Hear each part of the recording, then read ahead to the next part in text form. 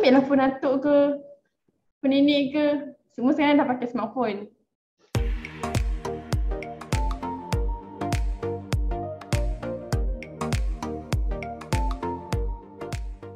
So malam ni korang nak join, bolehlah saya explain sikit-sikit apa tu programming, nak faham programming, basic programming tu macam mana, siapalah. So kita punya partisipan dah 32 orang untuk sekarang lah. Maybe sekejap akan naik. So sekarang saya nak memperkenalkan diri saya dulu lah. Nama saya Hafizah Yaakob. So saya punya position dekat Tasawuf Sdn Bhd ialah IT Manager. Saya as IT Manager, which is scope yang saya cover semua bahagian IT department. So untuk basic programming malam ni bolehlah saya nak cover sikit-sikit, ajar sikit kat korang. So sementara tunggu partisipan lain, saya nak explain lah macam mana saya belajar programming. So daripada awal yang zero knowledge pasal programming, saya start belajar language C. Saya belajar C and then masuk universiti saya belajar C++. Saya belajar C++, Java. So nak ajar programming tu insyaAllah boleh sikit-sikit lah. Okay, macam kita tunggu kita punya partisipan and then around 5 minit lagi kita start. Oh tapi sebelum tu lah saya nak cerita jugalah. Saya sepanjang dekat Tasawuf, saya ada join training, saya ada ajar orang training macam mana nak belajar Laravel, macam mana nak develop web pakai Laravel. So yang latest saya join September or October 2021, which is KPT. Training KPT, Laravel, Basic, Intermediate. Tu yang latest lah. Tapi before this saya ada juga join ajar orang macam mana nak buat apps, Ionic. Saya akan belajar sistem analysis and design. Maksudnya apa tu sistem analysis and design ke? So sistem analysis ni saya cerita sikit lah sebelum kita start. Sebelum kita start, 4 minit. So kalau sistem analysis, kita ni ialah perantaraan antara klien dan juga programmer. Which is klien, kita collect requirement daripada diorang. Diorang nak apa sistem tu, nak apa. So contohlah the basic features yang untuk setiap sistem, dia ada login, ada logout. So tu kita collect daripada klien. Klien nak login macam mana semua. And then kita documentation kan benda tu, dia punya flow. And then kita bagi dekat programmer, which is programmer pun dia faham apa yang klien nak lah. So tu ialah sistem analysis. So design ni basically design UI UX untuk sistem lah. Dia ada banyak tau design, wireframe, and yang tu selalunya saya buat, saya pun ada cover juga untuk design. Saya buat wireframe untuk sistem, which is untuk yang diorang design cantik-cantik tu, kita buat wireframe dulu. Wireframe design yang betul-betul kita sketching sistem tu. Itulah.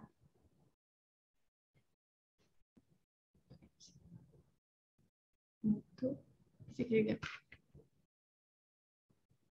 Saya dah banyak start ajar lagi. Saya tak start lagi. Tapi kejap saya tengok. Untuk apps development apa basic yang saya kena study. So dia ikut kalau kita nak buat sistem apa. Macam if kita nak buat website, kita nak buat web yang biasa macam kita belajar dekat kita nak buat sistem tiket ke apa ke, yang boleh kita buat C++ boleh. So apa lagi, pakai Laravel, PHP pun boleh. So itulah, ikut yang kita nak buat. So basically benda ni kita kena banyak explore lah. So apa yang kita belajar dekat kita boleh apply, and apa yang kita nak explore pun dia belajar. Uh, okay, kejap. Apa beza Firebase dengan Laravel? So Firebase ni dia NoSQL database. So kalau yang Laravel kalau Laravel dia web application framework. So itu yang senang lah nak faham. Okay, introduction to programming. So malam ni macam yang pagi tadi lah, malam ni kita nak belajar apa sebenarnya. So malam ni kita nak belajar pasal introduction to programming. Apa yang kita akan cover untuk malam ni. Okay, introduction, kita nak tahu apa tu programming. Lepas tu yang kedua, kita nak tahu variable tu apa. Variable ada berapa jenis data type. So kita nak tahu condition. Condition tu termasuk if, else, semua tu lah. Dan kita akan belajar pasal loop, array and function. Tu ialah basic yang kita perlu tahulah untuk programming. Okay, so saya start Okay, introduction. Apa tu programming? Programming ni kalau kita nak faham, kalau bahasa kita lah, kita ni kita nak bagi instruction kepada komputer untuk execute kita punya instruction. Macam tu. Kita nak bagi tahu dia yang kita nak buat macam ni sebenarnya. So dia akan faham dari kita punya code tu. Macam tu. So macam kita nak ajar kawan kita tak tahu apa-apa, tapi contohlah kawan kita nak belajar pasal Lego. So kita ni nak ajar dia macam mana nak buat Lego tu. Macam mana kita nak buat Lego tu. Macam tu lah juga dia. Itulah juga programming. So okay, sekejap. Okay, yang macam mana kita nak write kita punya code tu. Selalunya kita tengok yang dekat YouTube, kita tengok tutorial, diorang code cantik tau. Cantik, diorang buat semua code dia cantik. Kat mana diorang buat sebenarnya? So kita ni sebagai programmer lah. Programmer selalunya kita pakai platform yang nama dia Integrated Development Environment. Selalunya kita orang panggil IDE lah. IDE ni dia ada banyak tau. So dia ikut yang mana korang selesa pakai. Kalau saya, yang kita orang staff-staff kat sini, yang SE semua tu, diorang selalu pakai Visual Studio Code lah ni, this one. So dia lagi senang lah nak pakai. So kalau time belajar dulu, time yang dekat U dulu, so, pakai NetBeans, pakai Dev C++. Time U dulu macam saya tak explore sangat pasal Visual Code. Tapi sekarang student semua dah macam advance, semua dah tahu. So masuk tu cakap je, okay dah tahu, dah pernah buat semua benda. Dan ada satu lagi lah Eclipse lah. So korang kalau nak tahu boleh Google, boleh try discover dia punya ni lah IDE. Okay. So malam ni saya akan pakai Dev C++. Tapi korang untuk malam ni just kita chill, kita belajar pasal basic, macam mana kita nak faham macam mana kita nak programming tu, macam mana kita nak program sistem tu. So just tengok je, tak perlu download apa-apa untuk malam ni lah. Okay, soalan dia macam mana kita nak dapat information daripada komputer?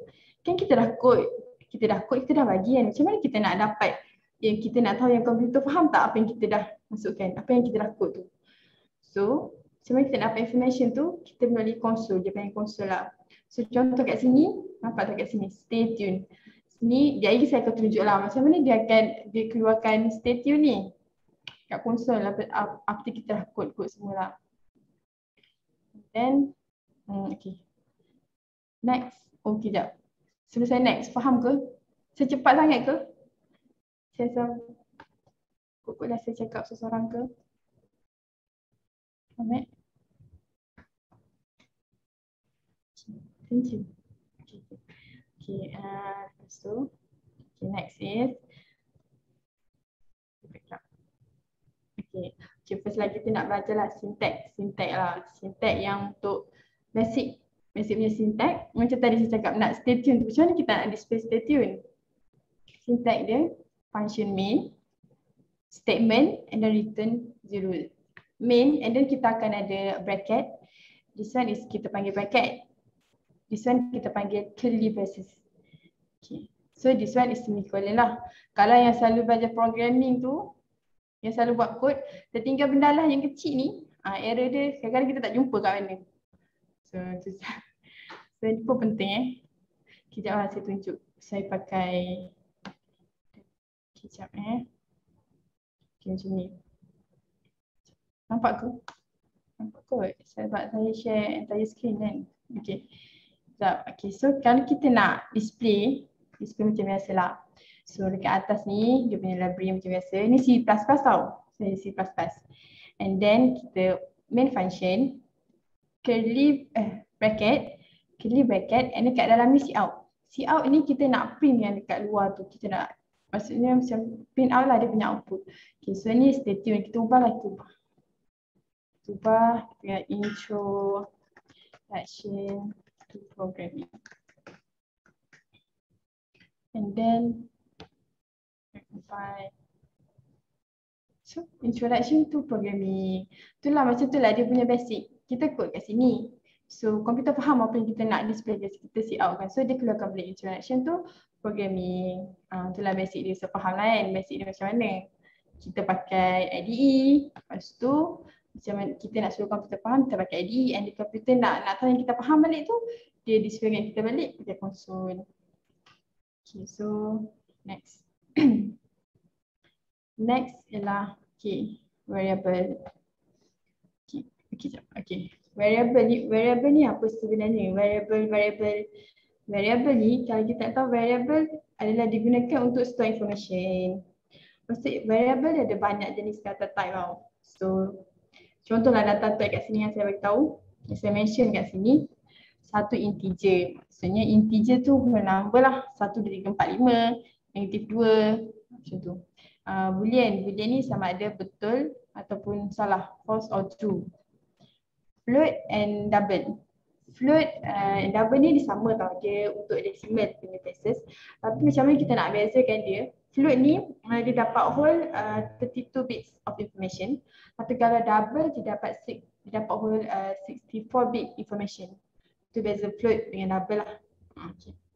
And then string ni kita nak display contoh macam dekat sini lah perkataan hi, so hello world and include lah. And then ada chars ni character. Character macam A, lepas tu hashtag, that one is character lah. Okay, so kita move next one. Okay, sekejap. Untuk after variable, saya nak tunjuk lah, saya nak tunjuk code. Kalau kita pakai variable ni macam mana macam tu. Okay, so ni kita dah buat, kita nak display macam mana kan. So tadi kita pakai satu variable yang kita nak try. Kita pakai variable string. Contoh string name.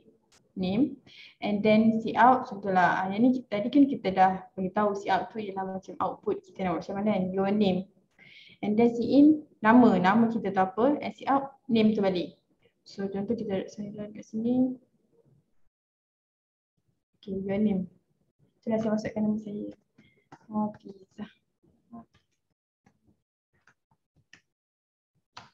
So dia keluarkan balik Hafizah kat sini. Macam tu. So macam mana kita nak pakai data type lah. Okay. Yep. And then lepas tu kita move to what are conditional statement. Conditional statement ni kalau kita di condition lah, if else macam tu lah. So kalau nak faham lah, nak faham sebab malam ni kan sejam je kita punya kelas. Kita punya kelas sejam je, so saya tak sempat nak code sesuatu, tunjuk sesuatu. So korang boleh ni lah refer dekat W3 School. So saya tunjuk kat sini, saya explain, dan saya tunjuk contoh dekat sini lah, W3 School. And then so korang nanti boleh try juga kat sini. Contohlah kita pergi condition. Okay, condition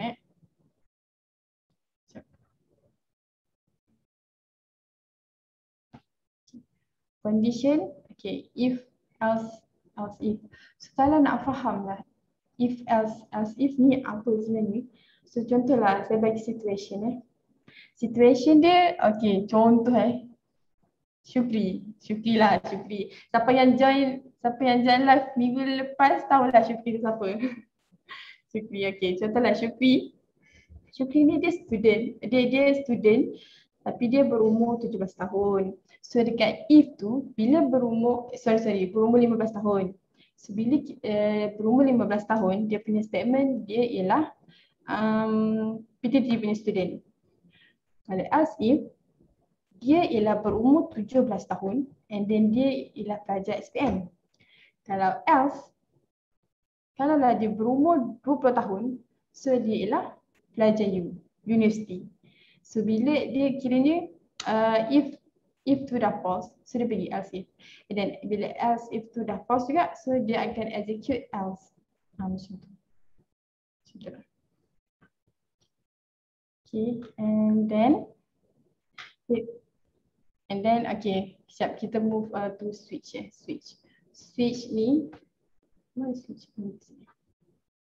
Switch ni, kita tengok kat sini Okay, switch ni dia lain tau. Dia lain sebab dia pakai case, dia pakai break, case 1, case 2, case 3. So switch ni kalau kita nak faham, bila contohnya dekat sini dia display 4 kan. So dia display nombor 4. And then switch day 4 maksudnya yang keempat. Dia akan keluarkan output case nombor 4 which is Thursday. So kalau kita nak tengok, sekejap. Kita boleh tengok kat sini, try yourself. Kat sini kan Thursday. Dia akan keluar. Contohnya kita tukar kat sini lah. Kita nak ambil hari ni hari apa? Hari Selasa. Kita nak tukar lah dua kat sini. Dan kita run. Proses. Dia keluarlah Thursday. Macam tu lah. So dah dia punya switch. Switch ni and then dia ada case 1, case 2 ada break. And then.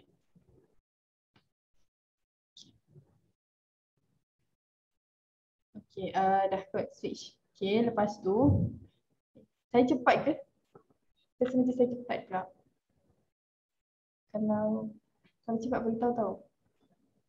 Walaupun saya tak nampak chat tapi saya punya assistant akan beritahu macam tu lah.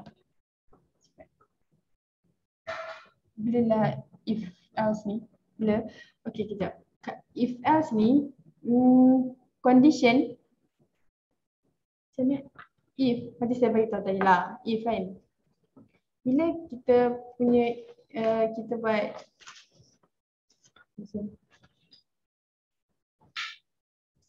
mesti tadi lah, saya ulang balik condition tadi. If else dengan else. Okay, contohlah kita buat tadi saya bagi condition, saya bagi situation which is student tu berumur 15 tahun kan. Bila student tu berumur 15 tahun, so maksud dia student PT3.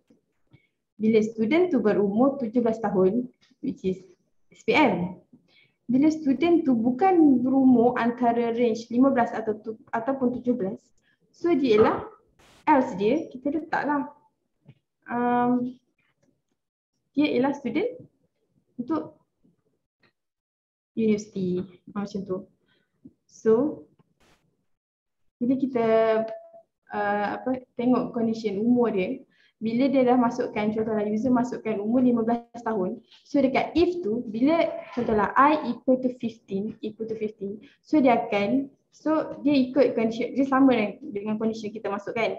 So dia akan print out student is PT3 student. Macam tu. So bila kita masukkan umur 17 tahun, so dia check tahu yang if awal-awal tu 17, I equal to 17. So yang if awal tu dia dah tak kira sebab dia tak match condition yang dia masukkan. So dia akan print out yang kedua which is else if dia ialah student SPM.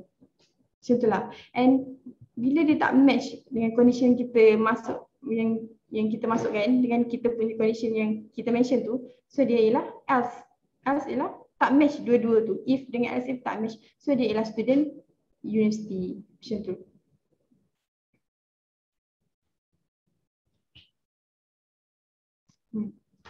So dia akan go through condition yang kita mention dekat atas tu sampailah dia dah match apa yang else. Maksudnya bila dah tak match dia akan else kan lah. Else dia dah maksudnya tu ialah condition yang last. Tak match dengan dua condition dekat atas tu. Macam tu. Contoh. Okay, saya teruskan Okay, variable. Okay, conditional statement and the loop. So what are loops? Loops ini statement yang macam nama dia lah loop. Nama dia loop. So statement tu repeat. Dia selalu repeat sampailah.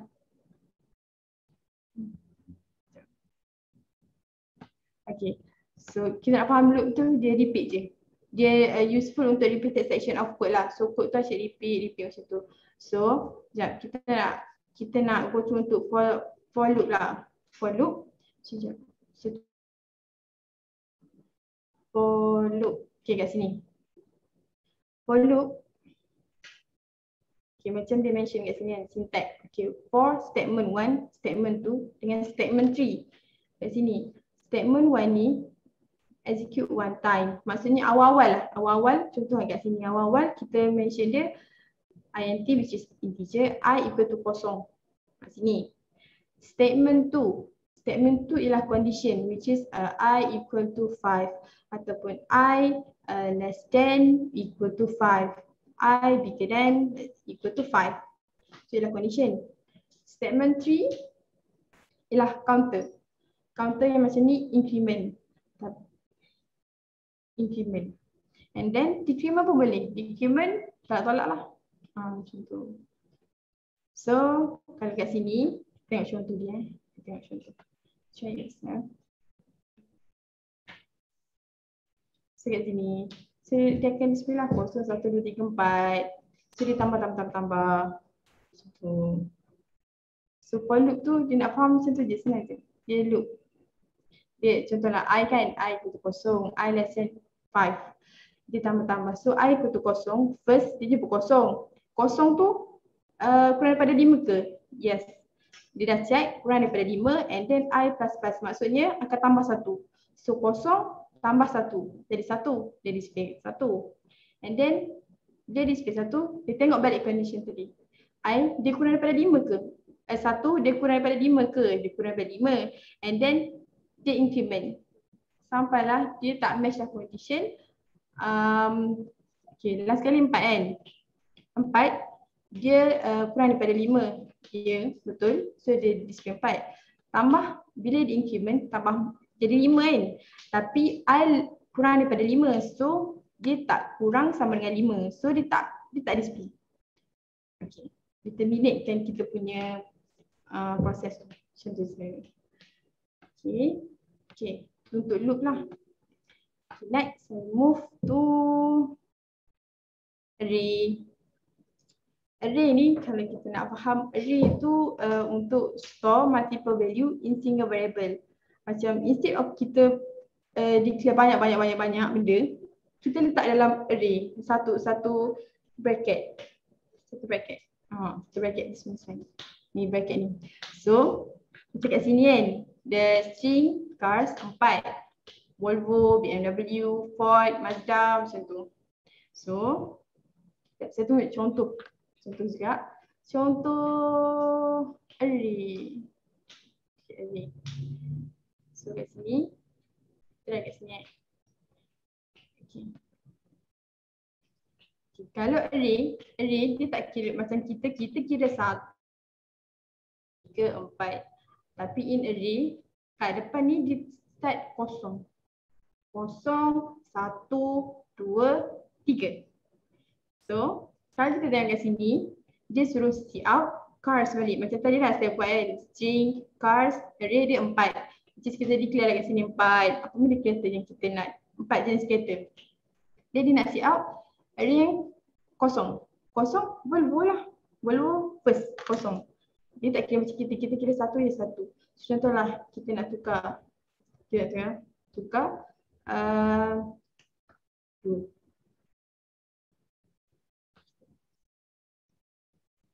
So dia akan display void sebab dikira 0, 1, 2. Macam tu. So bila kita tukar 3, so dia akan jadi kereta Mazda. Semacam tu lah array kita nak faham. So basic array. Okay, so settle array. And then move to, so this one dia panggil index tau. Set index, array index. And then lepas array, okay, function.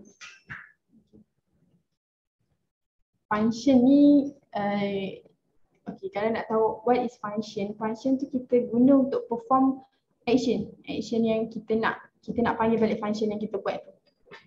So kita dekat function ni kita boleh create kita punya function sendiri. So kalau yang dekat C++ lah hari ni yang kita pakai C++ ni, dia function yang selalu kita pakai main function. Main macam tadi pas saya tunjuk main, anti-main. So kalau nak faham lagi, sekejap okay, function. Okay. Dekat sini now. So ni kat sini kita create function kita tahu. Void my function. So cout I just got execute. So kat sini kita punya call balik function, my function, kita call balik function yang dekat atas ni. So return 0. So output dia cakap output dia akan keluarkan I just got execute. Kita tengok betul ke? Okay, yang akan keluarkan benda tu balik. So dia akan keluar balik I just got execute. So function yang kita create kat sini, and then dekat main function ni kita panggil balik function yang kita nak execute kat sini. So dia displaykan balik kita punya output kat sini.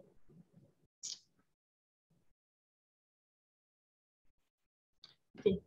So function lah, so tu ialah basically yang korang kena tahu function tu apa, variable tu apa, loop tu apa. Tadi saya lupa lah nak mention pasal operator, tapi operator yang kita selalu pakai operator macam biasa, math punya operator lah, tambah, tolak. Tapi kalau dekat programming macam ni okay. Yang tadi kan saya cakap increment, decrement, ni lah dia punya increment, plus plus, decrement, minus minus, modulus, return. Modulus ni nak reminder je. So kalau modulus, biasanya soalan exam akan keluar, modulus ni selalu pakai untuk nak cari odd number, even number. Macam tu lah. Kita tengok dia punya reminder, so kita pakai modulus. So this is division, multiplication, subtraction and addition. Sorry, so addition. So ni ialah basic operators lah yang selalu pakai. Sepatutnya tadi saya cover after data types. Okay. So tapi after data types saya terus tunjuk contoh kita pakai data type kan.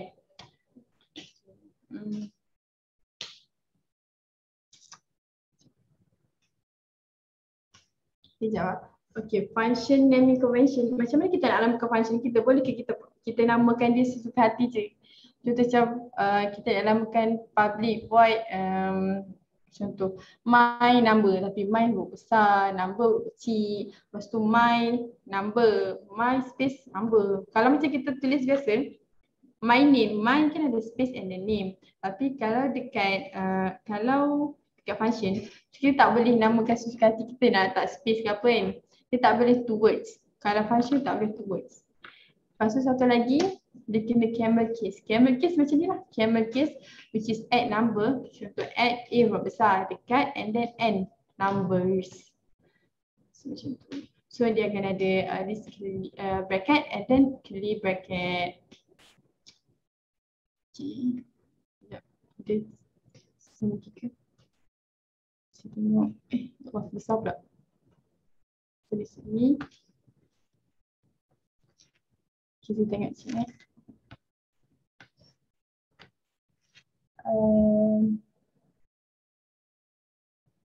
Okay. Ada orang tanya quiz Kahoot ada hadiah ke? Ada. Kita setiap minggu kita adakan kita punya live ada hadiah dia. Macam last week RM50, last week 100 untuk siapa yang join kita punya live lah. Saya tu dah ada mention. Ya. Okay, kejap. Akan dapat tak slide ni? So slide ni yang this one is recorded punya session. So boleh tengok dekat YouTube punya, kita orang punya channel lah, YouTube. C dengan C++ banyak beza ke? So C dengan C++ sama je. Lebih kurang, dia ada beza, takkanlah dia sama je kan. C dengan C++ ada beza dia. So C++ ni kalau kita nak print out, kita C out kan. C out. Lepas tu ada anak panah macam tu kan. Dia just beza syntax, mesti beza syntax. So macam kalau C, printf or print file like that. So kalau korang macam nak explore more, boleh.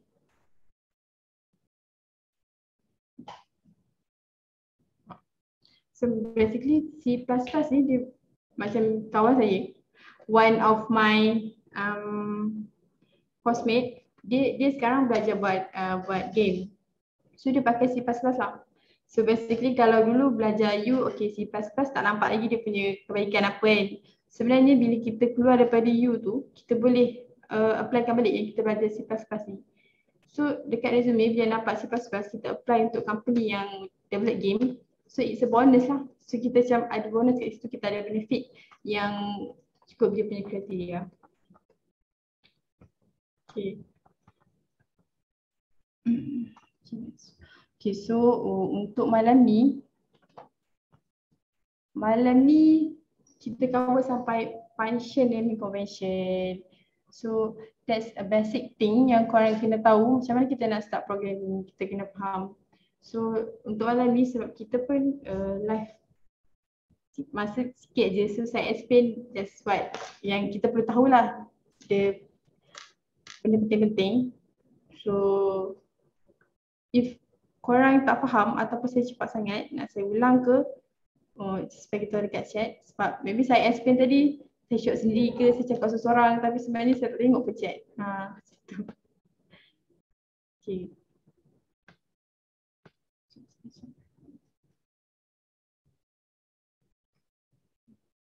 So sebenarnya apa yang kita belajar dekat YouTube dia berguna je untuk kita dekat features kita.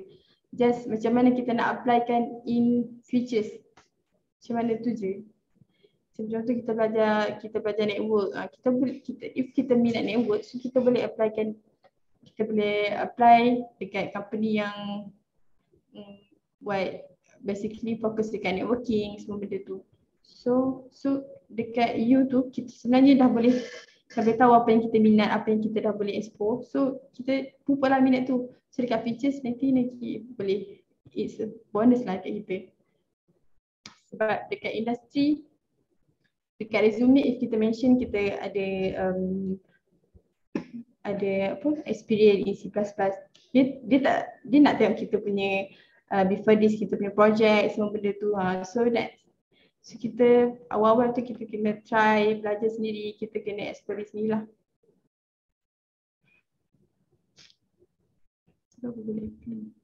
Software apa? Software untuk malam yang tadi saya tunjuk, this one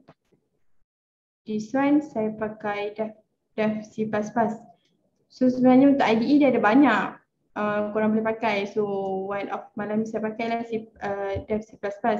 Dia ada juga NetBeans, Visual Studio Code. So basically sekarang bila dekat industri semua, kat sini famous, yang ni famous. So dia senang, dia banyak plugin yang korang boleh download, install semua. So it's lagi senang lah korang nak code.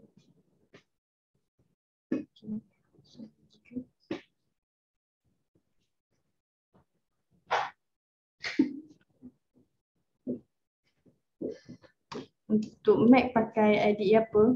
untuk Mac VS Code. VS Code tapi dia ada plugin dia lah kena install. VS Code plugin dia run code, lepas tu C++ and C. Kalau tak silap lah dekat Mac. Sebenarnya dekat Mac dia ada Visual Studio Code. Dev C++ ni mesti untuk Windows lah.